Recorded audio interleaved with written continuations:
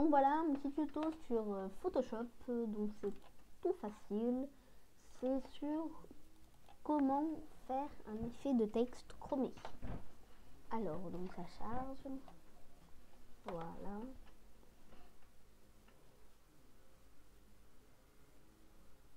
Donc vous pouvez le faire sur toutes les versions Photoshop, hein.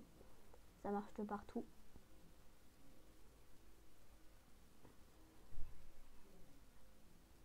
Donc moi j'ai l'une des premières, c'est Photoshop CS. Donc là, CS. Voilà. Voilà. Donc pour initialiser les couleurs, vous appuyez sur la touche D. Maintenant vous allez faire fichier, nouveau, un document de 1280 pixels par 720 avec une résolution de 72 pixels par pouce et un mode colorimétrique RGB 8 bits. Entrez pour valider. Ensuite, vous allez prendre l'outil de le pot de peinture qui se trouve avec l'outil dégradé, puis vous allez peindre en noir. Assurez-vous d'avoir le blanc comme couleur de premier plan et tapez un texte. Donc vous pouvez choisir n'importe quelle police. Et je vais en prendre une nouvelle, Planète Cosmos. Alors la police Planète Cosmos, je l'ai téléchargée sur dafont.com. Donc voilà, si vous voulez la télécharger, vous pouvez. Donc 228 pixels. Voilà, je vais taper quelque chose de facile. Chrome.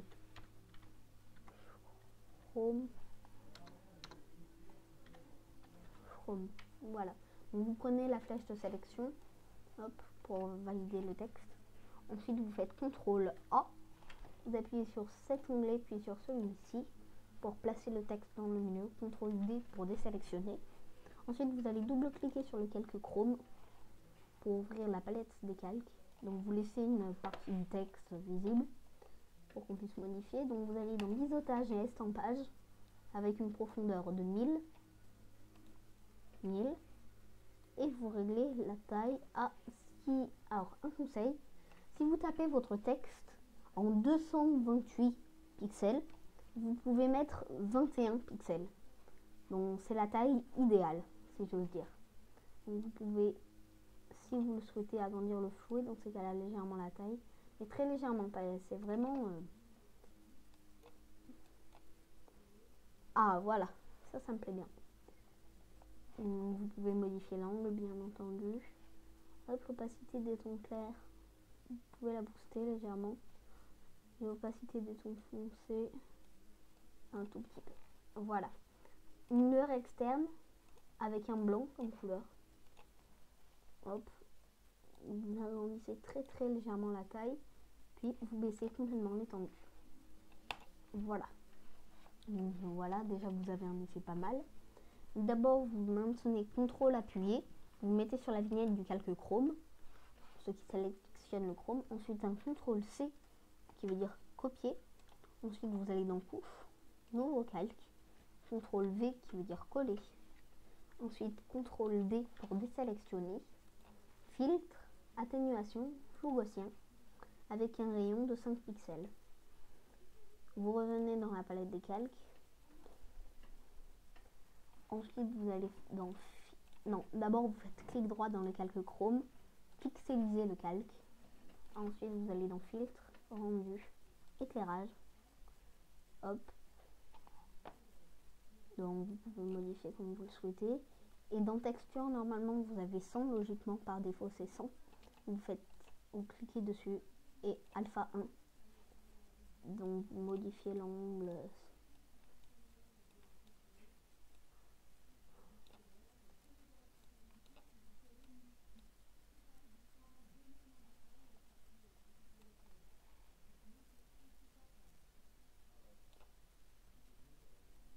Ça peut être pas mal comme ça. Bref, je vais pas tergiverser 2 ans pour vous montrer les différents réglages de l'éclairage. Vous pouvez faire vraiment tout ce que vous voulez, c'est fantastique. Et là, vous pouvez, même si ça vous plaît pas, hop, vous faites annuler, vous refaites filtre, rendu, éclairage, et comme ça c'est à nouveau par défaut. Une texture, vous en mettez alpha 1, alpha 1, hop, trait pour valider. Voilà, donc oui, voilà, ça va aller. L'outil de recadrage, moi ça me plaît pas trop, mais bon. Mission. CTRL Z pour annuler. Hop.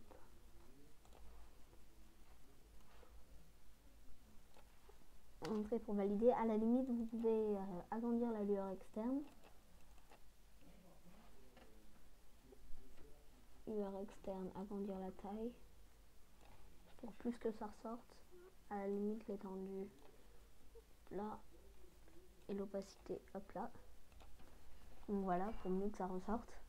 Donc voilà, vous avez appris à créer très rapidement un effet de chrome sur du texte. Merci de m'avoir regardé et à vous de jouer.